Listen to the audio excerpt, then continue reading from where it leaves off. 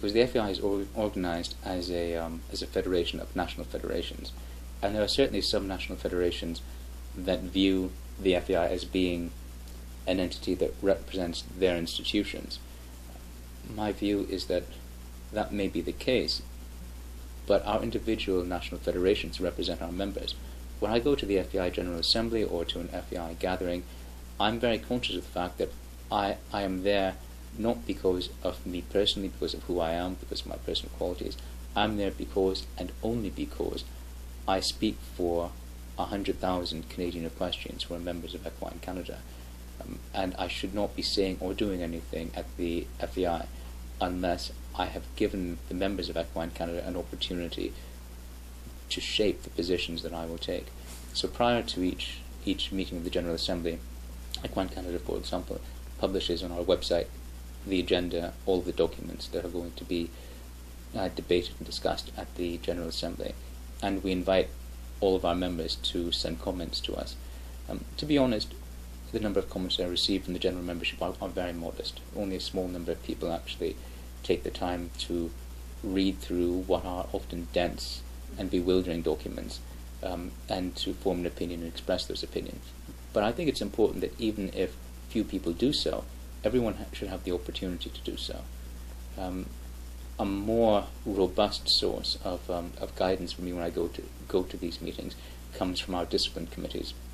So they are made up of people who have been elected in turn by our grassroots membership to govern the individual disciplines, and they tend to.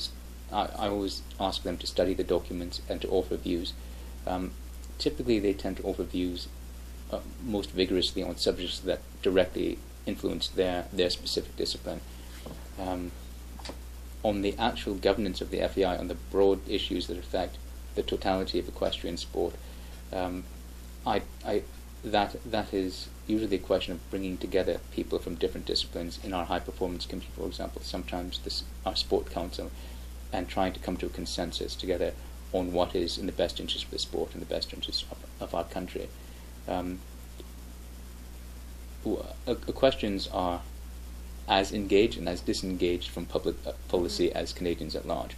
So it is often a question of herding cats to get those conversations going. But again, I believe it's vital that those conversations happen because both from the perspective of democratic legitimacy, I don't think that anything that I could say at the FEI would be legitimate if it had not first been validated by my members. But also, I do believe that one of the underlying principles of democracy is that we have better decisions when more people are involved, or when more people and perspectives have a chance to express themselves.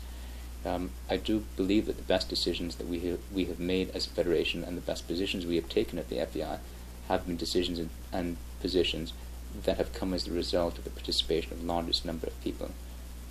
I do believe that the wisdom of our society and of our sport lies in the many and not the few. So what exactly is going to be discussed that is going to affect? Is it our sport? Yes. Well, we've just had our last General Assembly in November, so the next one isn't until next November.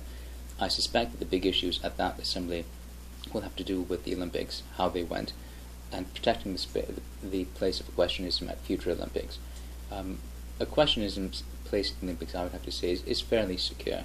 People fret a great deal about whether equestrian sport is vulnerable to being eliminated from the Olympics. I think that those fears are often exaggerated. Nevertheless, every sport has to justify its presence at the Olympics. There are far more sports who want in than there are places at the sport. Previously, and perhaps at the upcoming General Assembly, I would not be surprised if the issue of horse welfare comes up again in one form or another. At the 2011 General Assembly, horse welfare was a significant topic in the debate over the so-called blood rule, whether a horse proposed changes to the rules to allow a horse to continue competing if it had traces of blood on its body or on its mouth. That rule change was hugely controversial in the equestrian community and was actually ultimately withdrawn by the FEI. So it did not even go to a vote. At the 2010 General Assembly, and the 2009 General Assembly, the issue of non-steroidal anti-inflammatory drugs was the big welfare subject.